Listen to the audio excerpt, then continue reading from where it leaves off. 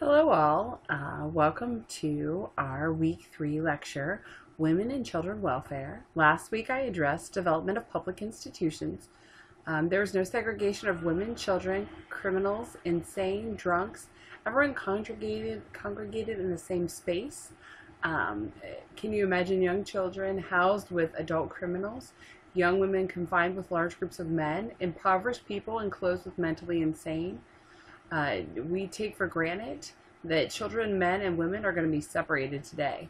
When and how did this change? This lecture will address that shift and address the needs of the children in the next lecture when we discuss the SPCA in particular.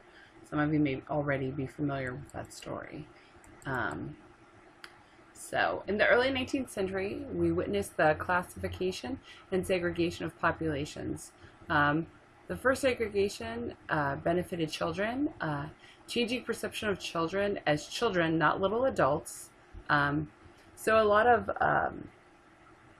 you may be aware that not just in poor populations, but in general, children were thought of as little adults, and that really begins to change during this period. And not all of it was beneficial. There's the House of Refuge for juvenile delinquents in New York in 1824. Orphanage, there were 77 by 1851, 124 by 1860. They proliferated around the states.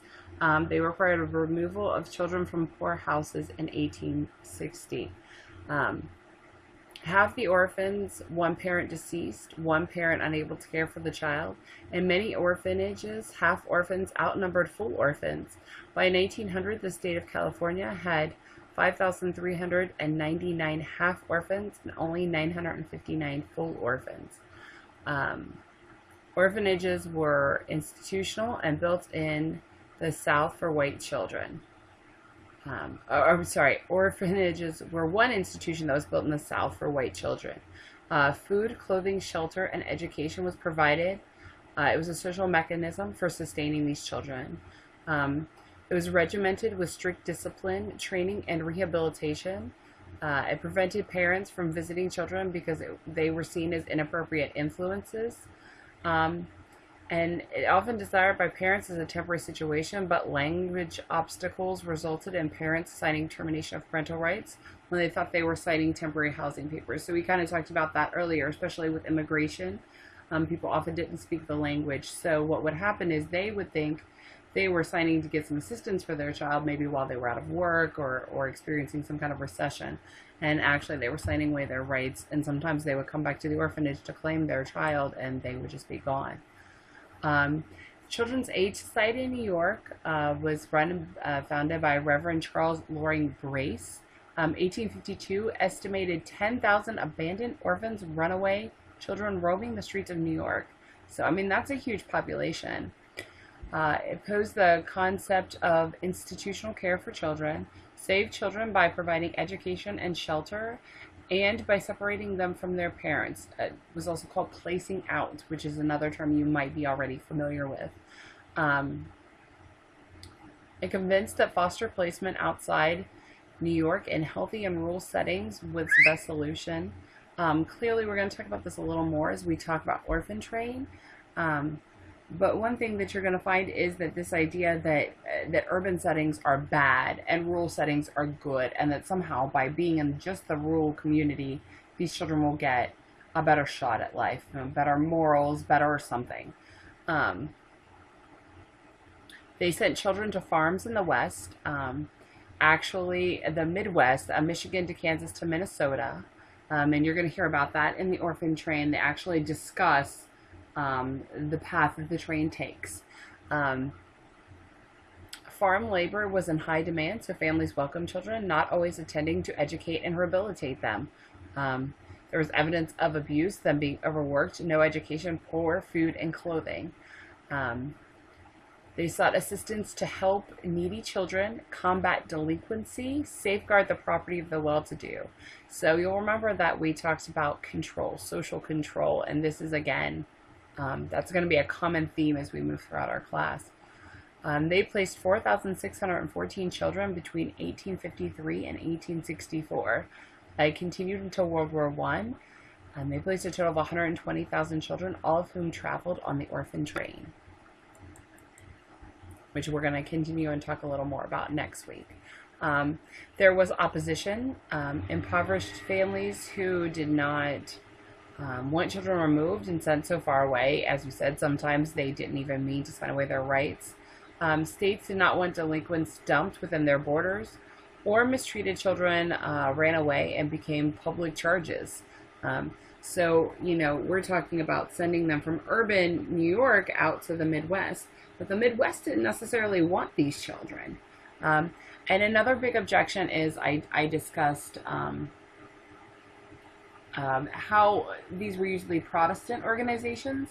So they usually raised the children Protestant, whether the child had a different background culturally.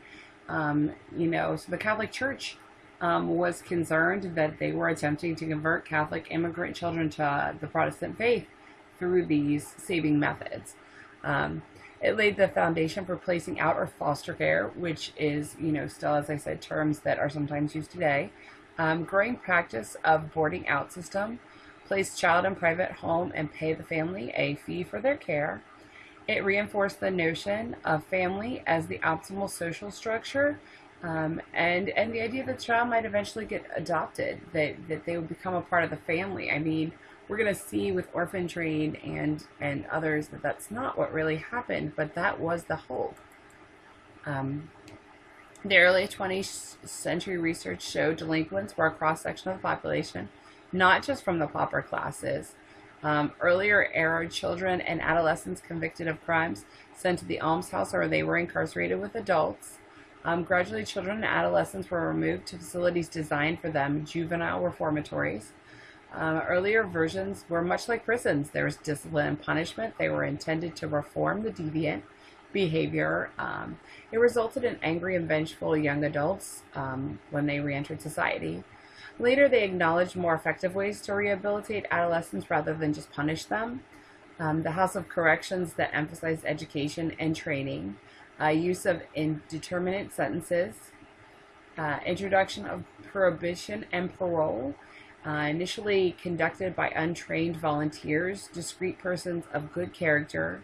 No money was provided for the position. Eventually, probation moved to civil service, pay included, and it becomes professional standards, which is actually a good thing, because then there's a standard of what has to happen and what service needs to be provided to the child. Also, changes in the legal system. Juveniles should be charged by different laws and possibly in different courts. The Chicago Juvenile Court was right across from Hull House in 1899. The 19th century began with placing children in institutions and ends with children in private homes. So that's a really big change, especially in the way children are treated.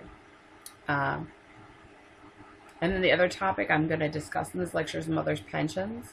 It was an early state version of federal aid to families with dependent children, or AFDC. While working, white working class women, widows with children, standards set by wives of wealthy industrialists who established the standard for male work-based parts of the welfare. It broke down the stigma of charity for women and reversed 19th century opposition to public home relief. So this was another idea that would again move relief and assistance back into the home. Extended social protection for women.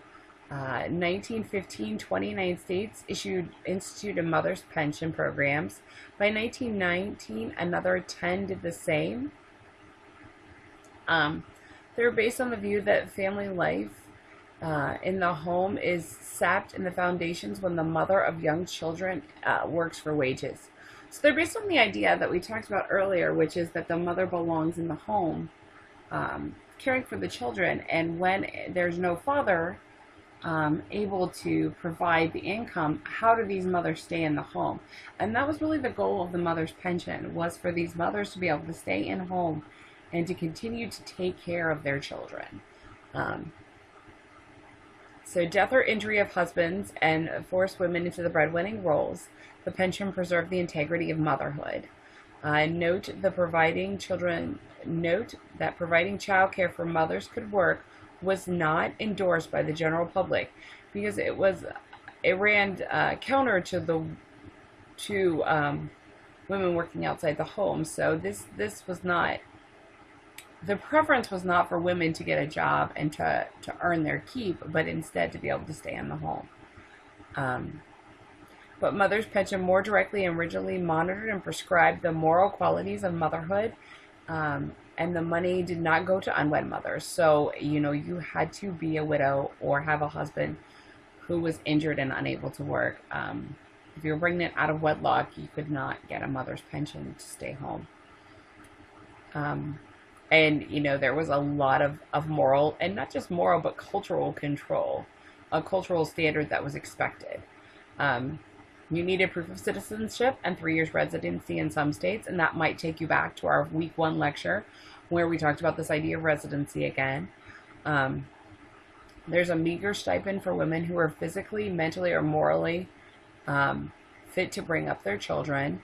Women could be denied for race, smoking, not attending church, poor hygiene, male boarders, promiscuity, or faulty budgeting. There were not formulas like the workman's compensation, so it's not as scientific an idea. And as you can see from that list, it's very based on the idea of moral rectitude, that you had to have these moral values.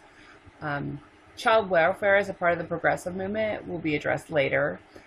Some opposition, they argued that outdoor relief encouraged laziness and dependence, like we've talked about before when we talked about moving to indoor relief. It argued that there was not a pension for previous service nor universal support for all women, and it was effective.